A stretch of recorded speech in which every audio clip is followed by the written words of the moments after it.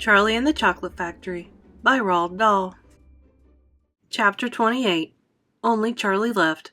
"Which room shall it be next?" said Mr. Wonka, as he turned away and darted into the lift. "Come on, hurry up, we must get going. And how many children are there left now?" Little Charlie looked at Grandpa Joe, and Grandpa Joe looked back at little Charlie. "But, Mr. Wonka," Grandpa Joe called after him, there's only Charlie left now." Mr. Wonka swung round and stared at Charlie. There was a silence.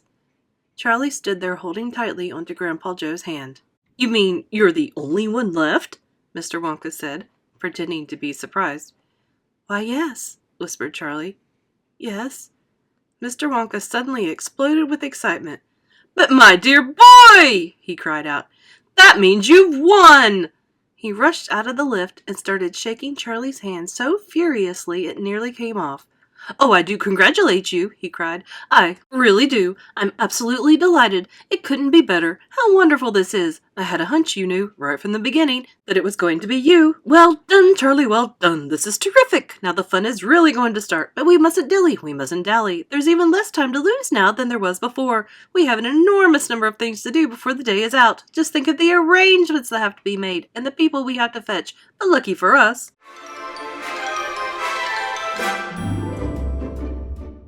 "We have the great glass lift to speed things up. Jump in, my dear Charlie, jump in. You too, Grandpa Joe, sir. No, after you. That's the way. Now then, this time I shall choose the button we are going to press." Mr. Wonka's bright, twinkling blue eyes rested for a moment on Charlie's face. Something crazy is going to happen now, Charlie thought. But he wasn't frightened. He wasn't even nervous. He was just terrifically excited. And so was Grandpa Joe.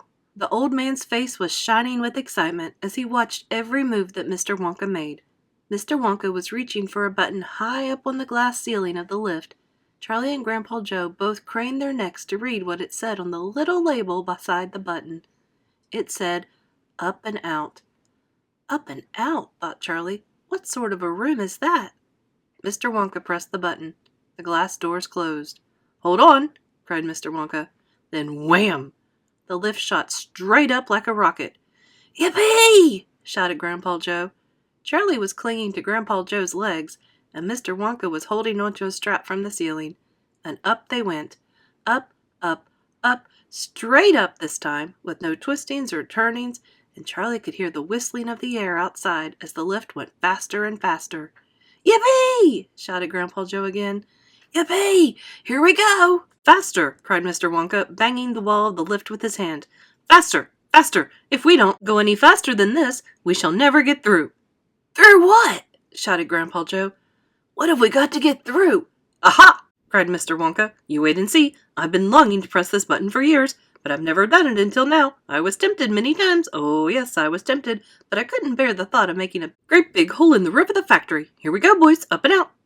"But you don't mean," shouted Grandpa Joe, "you don't really mean that this lift—" "Oh, yes, I do," answered Mr. Wonka. "You wait and see. Up and out." But, it's made of glass," shouted Grandpa Joe. "It'll break into a million pieces." "I suppose it might," said Mr. Wonka, cheerful as ever. "But it's pretty thick glass, all the same." The lift rushed on, going up and up and up, faster and faster and faster. Then suddenly crash! And the most tremendous noise of splintering wood and broken tiles came from directly above their heads, and Grandpa Joe shouted, "Help! It's the end! We're done for!" And Mr. Wonka said, "No, we're not. We're through. We're out." Sure enough, the lift had shot right up through the roof of the factory and was now rising into the sky like a rocket, and the sunshine was pouring in through the glass roof. In 5 seconds, they were 1,000 feet up in the sky. "The lift's gone mad!" shouted Grandpa Joe.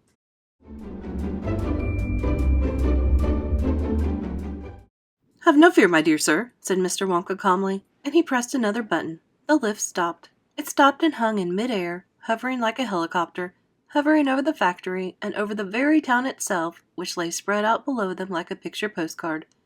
Looking down through the glass floor on which he was standing, Charlie could see the small faraway houses and the streets and the snow that lay thickly over everything. It was an eerie and frightening feeling to be standing on clear glass high up in the sky. made you feel that you weren't standing on anything at all. Are we all right? Cried Grandpa Joe. How does this thing stay up? Sugar power, said Mr. Wonka. 1,000,000 sugar power. Oh, look, he cried, pointing down. There go the other children. They're returning home. Chapter 29. The Other Children Go Home. We must go down and take a look at our little friends before we do anything else, said Mr. Wonka.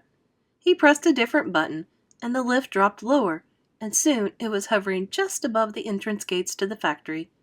Looking down now, Charlie could see the children and their parents standing in a little group just inside the gates. I only see 3, he said. Who's missing? I expect it's Mike TV, Mr. Wonka said, but he'll be coming along soon. Do you see the trucks? Mr. Wonka pointed to a line of gigantic covered vans parked in a line nearby. Yes, Charlie said. What are they for? Don't you remember what it said on the golden tickets? Every child goes home with a lifetime supply of sweets. There's 1 truckload for each of them, loaded to the brim. Aha! Mr. Wonka went on. There goes our friend Augustus Gloop. Do you see him? He's getting in the first truck with his mother and father. You mean he's really all right? Asked Charlie, astonished. Even after going up that awful pipe? He's very much all right, said Mr. Wonka. He's changed, said Grandpa Joe, peering down through the glass wall of the elevator. He used to be fat. Now he's thin as a straw. Of course he's changed, said Mr. Wonka, laughing. He got squeezed in the pipe, don't you remember? And look, there goes Miss Violet Beauregard, the great gum chewer. It seems as though they managed to dejuice her after all. I'm so glad. And how healthy she looks. Much better than before. But she's purple in the face, cried Grandpa Joe. So she is, said Mr. Wonka. Oh, well, there's nothing we can do about that. Good gracious, cried Charlie. Look at poor Veruca Salt, and Mr. Salt and Mrs. Salt. They're simply covered with rubbish. And here comes Mike TV, said Grandpa Joe. Good heavens! What have they done to him? He's about 10 feet tall and thin as a wire. They've overstretched him on the gum stretching machine, said Mr. Wonka. How very careless. But how dreadful for him, cried Charlie. Nonsense, said Mr. Wonka. He's very lucky. Every basketball team in the country will be trying to get him. But now, he added, it is time we left these 4 silly children. I have something very important to talk to you about, my dear Charlie. Mr. Wonka pressed another button, and the lift swung upward into the sky. Chapter 30. Charlie's Chocolate Factory. The great glass lift was now hovering high over the town. Inside the lift stood Mr. Wonka, Grandpa Joe, and little Charlie. How I love my chocolate factory, said Mr. Wonka, gazing down. Then he paused, and he turned around and looked at Charlie with a most serious expression on his face. Do you love it too, Charlie? He asked. Oh, yes, cried Charlie. I think it's the most wonderful place in the whole world. I am very pleased to hear you say that, said Mr. Wonka, looking more serious than ever. He went on staring at Charlie. Yes, he said, I am very pleased indeed to hear you say that, and now I shall tell you why. Mr. Wonka conked his head to one side, and all at once the tiny twinkling wrinkles of a smile appeared around the corners of his eyes, and he said, You see, my dear boy, I have decided to make you a present of the whole place. As soon as you are old enough to run it, the entire factory will become yours. Charlie stared at Mr. Wonka. Grandpa Joe opened his mouth to speak, but no words came out. It's quite true, Mr. Wonka said, smiling broadly now. I really am giving it to you. That's all right, isn't it? Giving it to him? Gasped Grandpa Joe. You must be joking. I'm not joking, sir. I'm deadly serious. But, why should you want to give your factory to little Charlie? Listen, Mr. Wonka said. I am an old man. I'm much older than you think. I can't go on forever. I've got no children of my own, no family at all. So who is going to run the factory when I get too old to do it myself? Someone's got to keep it going, if only for the sake of the Oompa Loompas. Mind you, there are thousands of clever men who would give anything for the chance to come in and take over for me, but I don't want that sort of person. I don't want a grown-up person at all. A grown-up won't listen to me. He won't learn. He will try to do things his own way and not mine. So I have to have a child. I want a good, sensible, loving child, one to whom I can tell all my most precious sweet-making secrets while I am still alive. So that is why you sent out the golden tickets, cried Charlie. Exactly, said Mr. Wonka. I decided to invite 5 children to the factory, and the one I liked best at the end of the day would be the winner. But Mr. Wonka, stammered Grandpa Joe, do you really and truly mean that you are giving the whole of this enormous factory to little Charlie? After all, there's no time for arguments, cried Mr. Wonka. We must go at once and fetch the rest of the family, Charlie's father and his mother and anyone else that's around. They can all live in the factory from now on. They can all help to run it until Charlie is old enough to do it by himself. Where do you live, Charlie? Charlie peered down through the glass floor at the snow-covered houses that lay below. It's over there, he said, pointing. It's that little cottage right on the edge of the town. The tiny little one. I see it, cried Mr. Wonka, and he pressed some more buttons, and the lift shot down towards Charlie's house. I'm afraid my mother won't come with us, Charlie said sadly. Why ever not? Because she won't leave Grandma Josephine and Grandma Georgina and Grandpa George. But they must come too. They can't, Charlie said. They're very old, and they haven't been out of bed for 20 years. Then we'll take the bed along as well, with them in it, said Mr. Wonka. There's plenty of room in this lift for a bed. You couldn't get the bed out of the house, said Grandpa Joe. It won't go through the door. You mustn't despair, cried Mr. Wonka. Nothing is impossible. You watch. The lift was now hovering over the roof of the Bucket's little house. What are you going to do? Cried Charlie. I'm going right on in to fetch them, said Mr. Wonka. How? Asked Grandpa Joe. Through the roof, said Mr. Wonka, pressing another button. No! Shouted Charlie. Stop! Shouted Grandpa Joe. Crash went the lift, right down through the roof of the house into the old people's bedroom. Showers of dust and broken tiles and bits of wood and cockroaches and spiders and bricks and cement went raining down on the three old ones who were lying in bed, and each of them thought the end of the world had come. Grandma Georgina fainted. Grandma Josephine dropped her false teeth. Grandpa George put his head under the blanket, and Mr. and Mrs. Bucket came rushing in from the next room. Save us! Cried Grandma Josephine. Calm yourself, my darling wife, said Grandpa Joe, stepping out of the lift. It's only us. Mother! Cried Charlie, rushing into Mrs. Bucket's arms. Mother, Mother, listen to what's happened.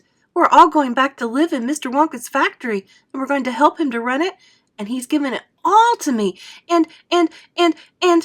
What are you talking about? Said Mrs. Bucket. Just look at our house, cried poor Mr. Bucket. It's in ruins.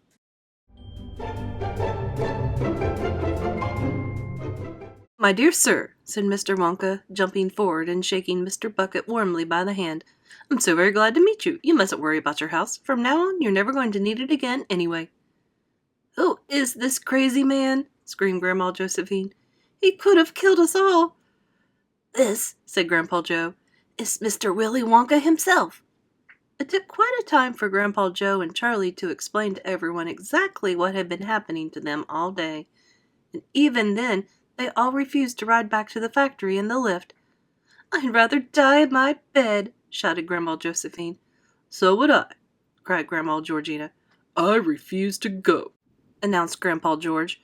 So Mr. Wonka and Grandpa Joe and Charlie, taking no notice of their screams, simply pushed the bed into the lift. They pushed Mr. and Mrs. Bucket in after it. Then they got in themselves. Mr. Wonka pressed a button, the doors closed, Grandma Georgina screamed, and the lift rose up off the floor and shot through the hole in the roof, out into the open sky. Charlie climbed onto the bed and tried to calm the three old people who were still petrified with fear. Please don't be frightened, he said. It's quite safe, and we're going to the most wonderful place in the world. Charlie's right, said Grandpa Joe. Will there be anything to eat when we get there? Asked Grandma Josephine. I'm starving. The whole family is starving. Anything to eat? Cried Charlie, laughing. Oh, you just wait and see.